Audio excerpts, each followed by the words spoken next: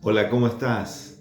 El pasado domingo 28 de septiembre en Centro Cristiano Morón tuvimos algunas dificultades técnicas y no pudimos grabar el mensaje que fue predicado en aquella reunión. Así que te dejo de la manera más breve posible un resumen, el corazón, el núcleo de la enseñanza que Dios nos trajo a través de su palabra. Leo en segunda de Corintios capítulo 10, versículo 3 en adelante. El apóstol Pablo escribe lo siguiente, según la Nueva Traducción Viviente, estas palabras. Somos humanos, pero no luchamos como lo hacen los humanos.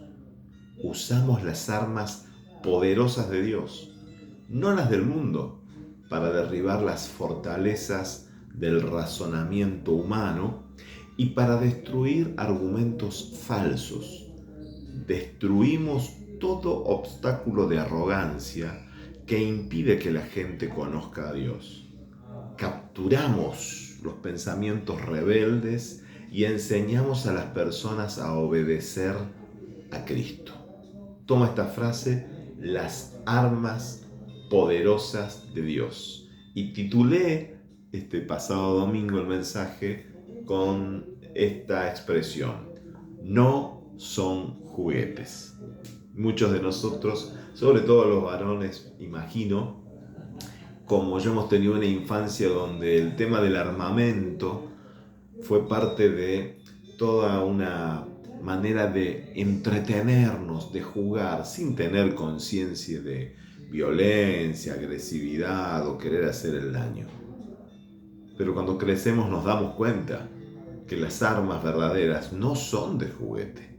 Ahora, en el mundo espiritual, en el territorio de la fe, en la vida cristiana victoriosa, no una vida religiosa, mediocre, de rutina, sin logros, sin avances, sin desafíos, es muy importante que identifiquemos, como dice aquí el apóstol Pablo, que hay un armamento poderoso que Dios ya nos lo ha puesto a disposición, pero es necesario descubrirlo, valorarlo y aprender a utilizarlo. 5 armas que no son juguetes y que todo cristiano debería aprender a manejar. Número 1, la Biblia nos habla claramente de el nombre de Jesucristo. Y esto equivale a un armamento de autoridad. El nombre, sobre todo nombre, del Señor Jesucristo. Aprendimos que en la antigua Roma había un organismo de gobierno, un organismo político, un organismo que tenía que ver con la expansión del Imperio Romano llamado Conventus Civius Romanorum. En pocas palabras, conventus. Y que funcionaba de la siguiente manera. En algún territorio donde todavía el poderío romano no había llegado a conquistar, a someter, a expandirse, pero se adelantaban 2 o 3 ciudadanos romanos, no cualquier persona, ellos podían reunirse como una pequeña asamblea, un pequeño comité, y la ley romana decía que si esos 2 o 3 ciudadanos deliberaban, analizaban y tomaban decisiones, era considerado como que el poder y la autoridad del emperador, el César, estaba en medio de ellos. Aunque la distancia geográfica los separaba de la capital de Roma y del emperador, ese conventus automáticamente incorporaba todo aquello que Roma representaba en medio de ellos. Era una asamblea romana en ese microcosmos, aunque aún no había llegado todo el proceso de conquista. ¿No es acaso muy notable la similitud de esto que acabo de explicar con Mateo capítulo 18, cuando el Señor nos enseña y dice, de cierto les digo que todo lo que aten en la tierra será atado en el cielo, y todo lo que desaten en la tierra será desatado en el cielo? Y otra vez les digo que si dos de ustedes se ponen de acuerdo en la tierra acerca de cualquier cosa que pidieren, les será hecho por mi Padre que está en los cielos. ¿Por qué? Dice el verso 20. Porque donde están dos o tres congregados en mi nombre, dice el Señor, allí estoy yo en medio de ellos. Entonces, luego de describir la autoridad que le ha sido confiada a la iglesia para atar y desatar, que son palabras del ámbito jurídico legal, tiene que ver con prohibir o permitir algo legalmente, a los efectos de que la voluntad de Dios se haga, se manifieste en la tierra. Luego de esto, Jesús declaró un principio muy similar al que utilizaban los romanos para sesionar. Dos o tres reunidos en su nombre. Así que, mis amados, el nombre del Señor Jesucristo es una llave de autoridad. No batallamos en nuestro nombre, no predicamos en nuestro nombre, no congregamos en nuestro nombre, no hacemos nada en el salón general de reuniones o en los grupos de mate, en la sencillez hermosa de las casas de familia, en un taller, en una universidad, en un aula, no importa el lugar. Lo que marca la diferencia es la autoridad espiritual que emana de nuestro Señor. Qué precioso como lo dice Pablo cuando escribe a Filipenses y dice que Dios lo elevó al lugar de máximo honor y le dio el nombre que está por encima de todos los demás nombres para que ante el nombre de Jesús se doble toda rodilla en el cielo y en la tierra y debajo de la tierra, y toda lengua confiese, declare que Jesucristo es el Señor, para gloria de Dios Padre. Este es el armamento número 1. En el nombre de Jesucristo tenemos autoridad. Número 2, la palabra de Dios, que es nuestra posición. ¿Cuál es tu posición en el campo de batalla actual? ¿Estás firme? ¿Estás dubitativo? ¿Tienes clara cuál es tu posición frente al enemigo? ¿Tienes en claro cuál es tu posibilidad en base a las capacidades, el armamento y del lado de qué ejército estás? Tener en clara nuestra posición es muy importante. No se trata de lo que opino, no tiene que ver con lo que siento, no depende de las circunstancias, no depende de lo que opinen algunas personas, incluso con buena intención, sino que para saber lo que realmente el Señor afirma sobre mí, mi mente debe estar llena de su palabra, conocer las Sagradas Escrituras, escudriñar el Antiguo y el Nuevo Testamento, pero sobre todo aquello que en Cristo la Biblia declara que yo soy.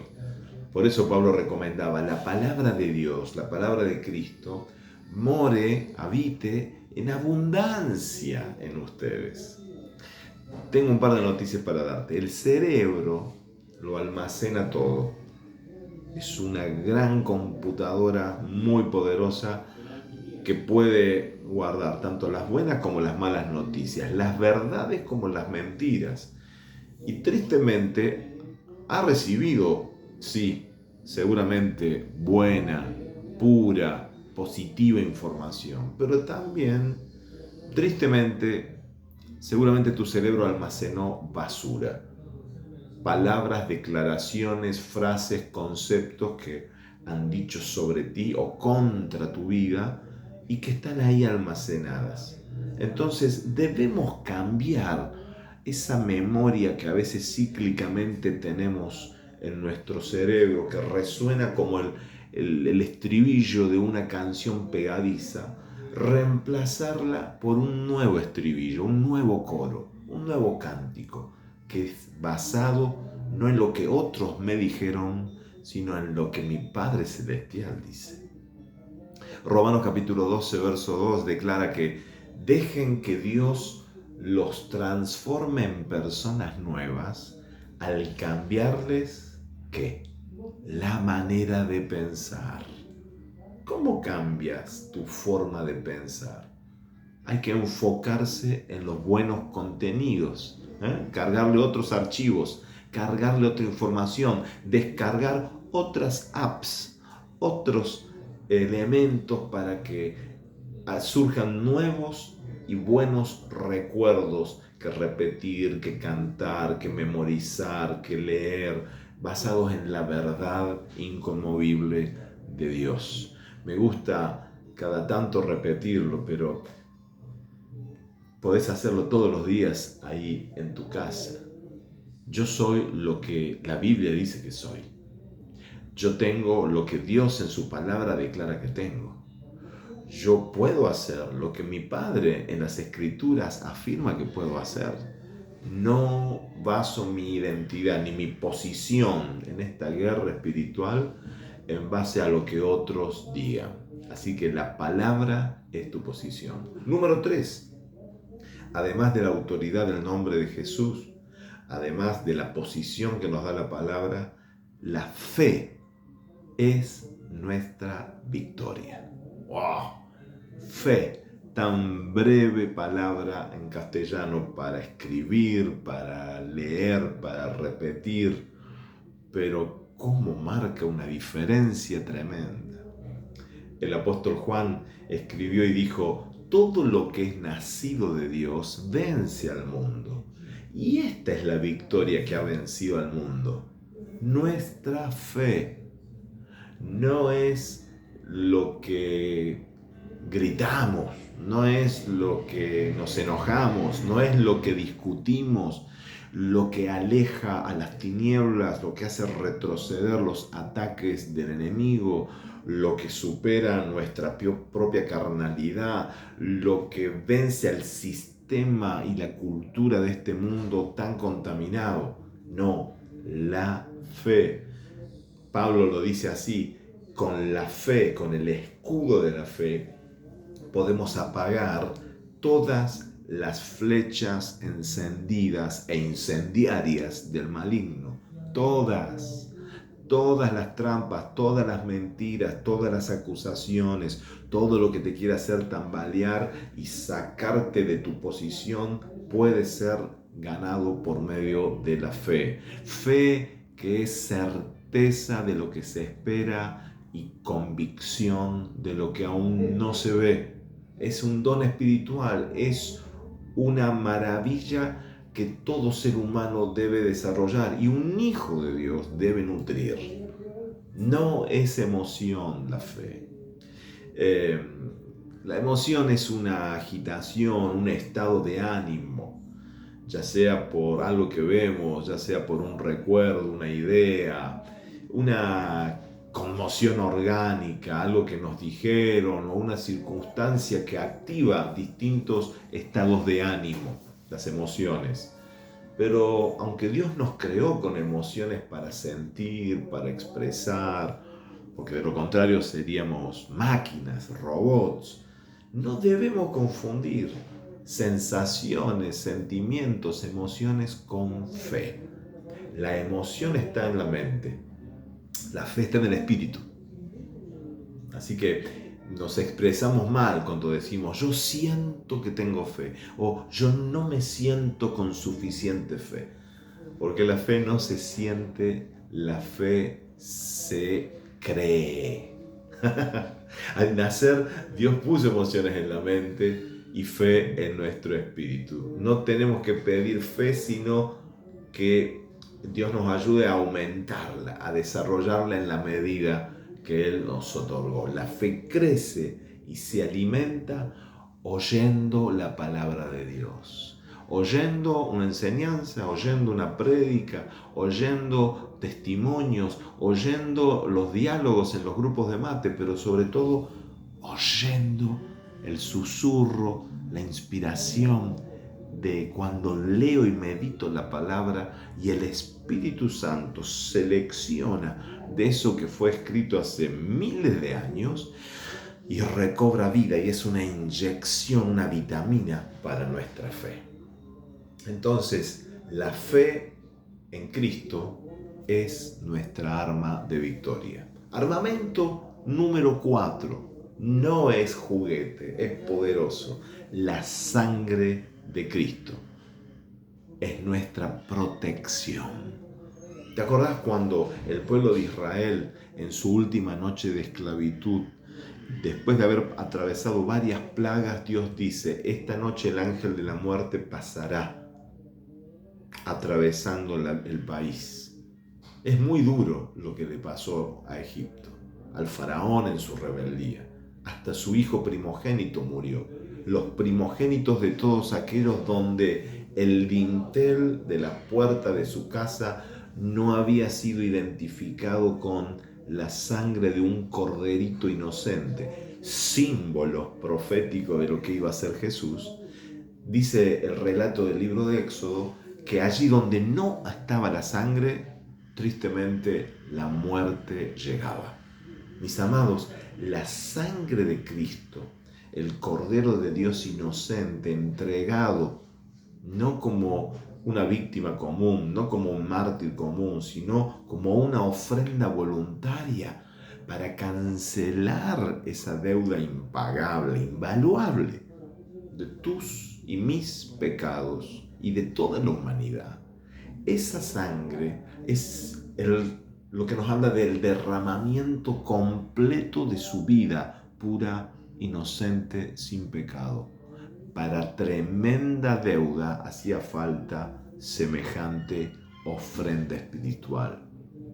Dice el libro de Apocalipsis, cuando nos vamos hacia un vistazo de los días de la eternidad que están por delante, oí una fuerte voz en el cielo que decía, aquí están ya la salvación y el poder y el reino de nuestro Dios y la autoridad de su Cristo.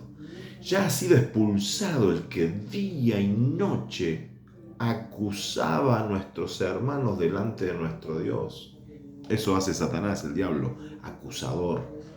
Ellos, esas personas, esos hermanos que Juan ve ahí en el Apocalipsis, lo vencieron por la sangre del Cordero. ¡Wow!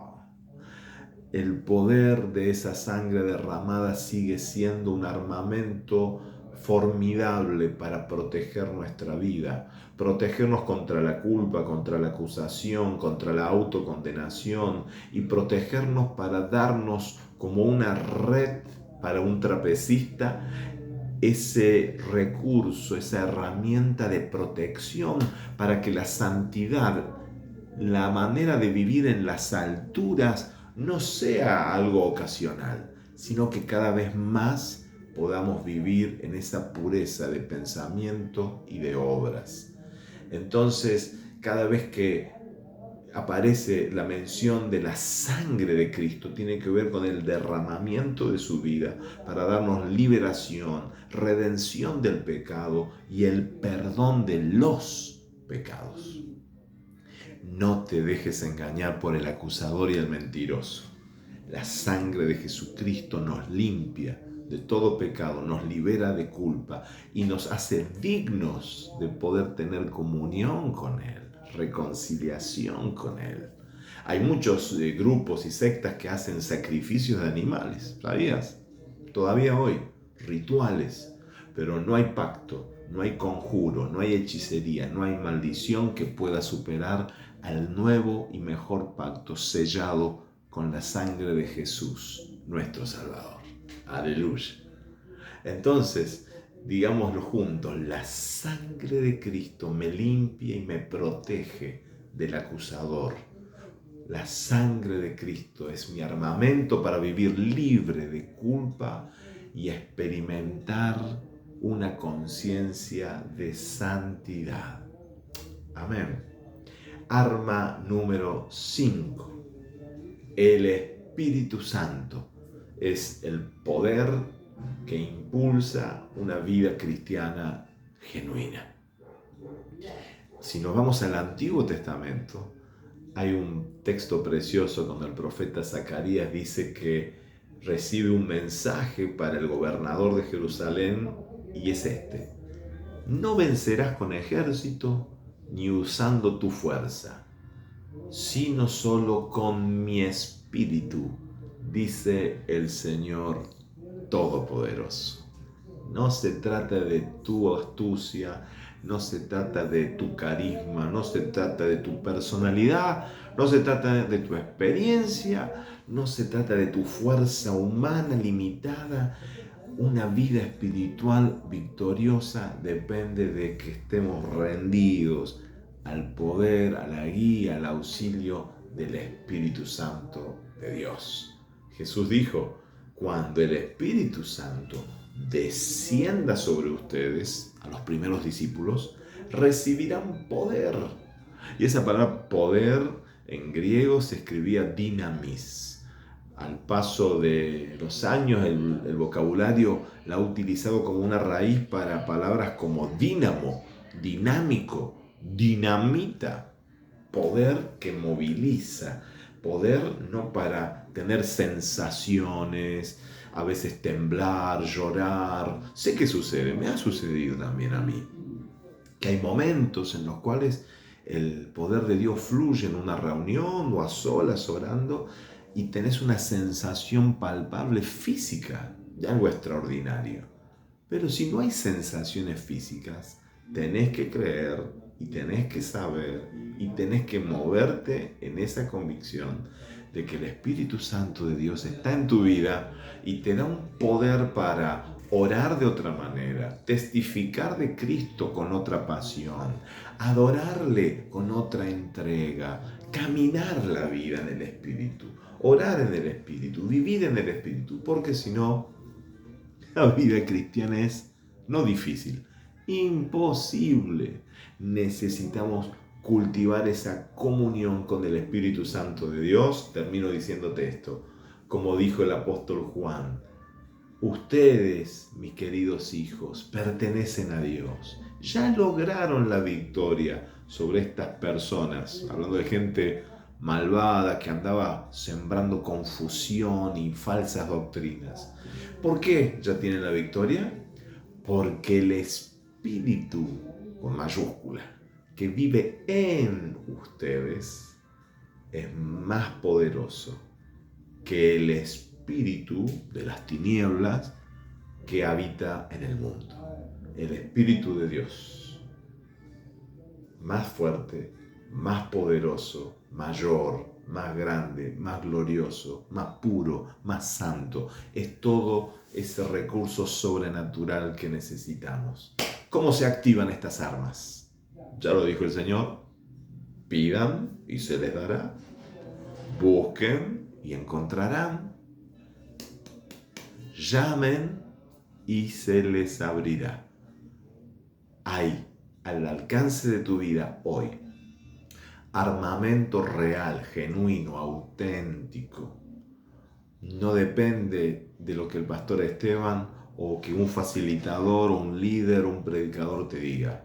No te dejes guiar por un creador de contenidos en redes sociales, por un youtuber, por un influencer que no tiene compromiso real, auténtico, genuino y contacto presencial con una comunidad de fe. Chequea todo con la palabra de Dios. La palabra del Señor nos dice que tenemos autoridad en el nombre de Jesucristo, que tenemos nuestra posición o posicionamiento basado en la palabra de Dios, que tenemos el poder del Espíritu Santo a nuestra disposición, que tenemos protección en la sangre de Jesucristo y que todo esto no es idea o capricho de un ser humano, sino que, como dice la Biblia, en otro armamento es la fe lo que nos da nuestra victoria. No dependas de sensaciones, no dependas de opiniones, no pelees en tus fuerzas, aprende a utilizar el armamento divino. Oro por tu vida, Padre, en el nombre de Jesús. Envío esta palabra y hasta donde quiera que llegue, te ruego, amado Señor, que tu Espíritu Santo active este armamento para bendición, para crecimiento, para victoria, sabiendo que nuestra lucha no es contra personas de carne y hueso, sino contra las fuerzas espirituales de las tinieblas, que ya han sido derrotadas en la cruz del Calvario. Aleluya. Ahora, Señor, que esta palabra obre señales, prodigios, milagros, maravillas, salvación, sanidad, hasta donde en tu voluntad quieres que sea escuchada y difundida. Y prometemos darte toda la gloria, toda la honra, todo el aplauso, ahora y siempre, en el nombre del Padre, del Hijo y del Espíritu Santo. Amén.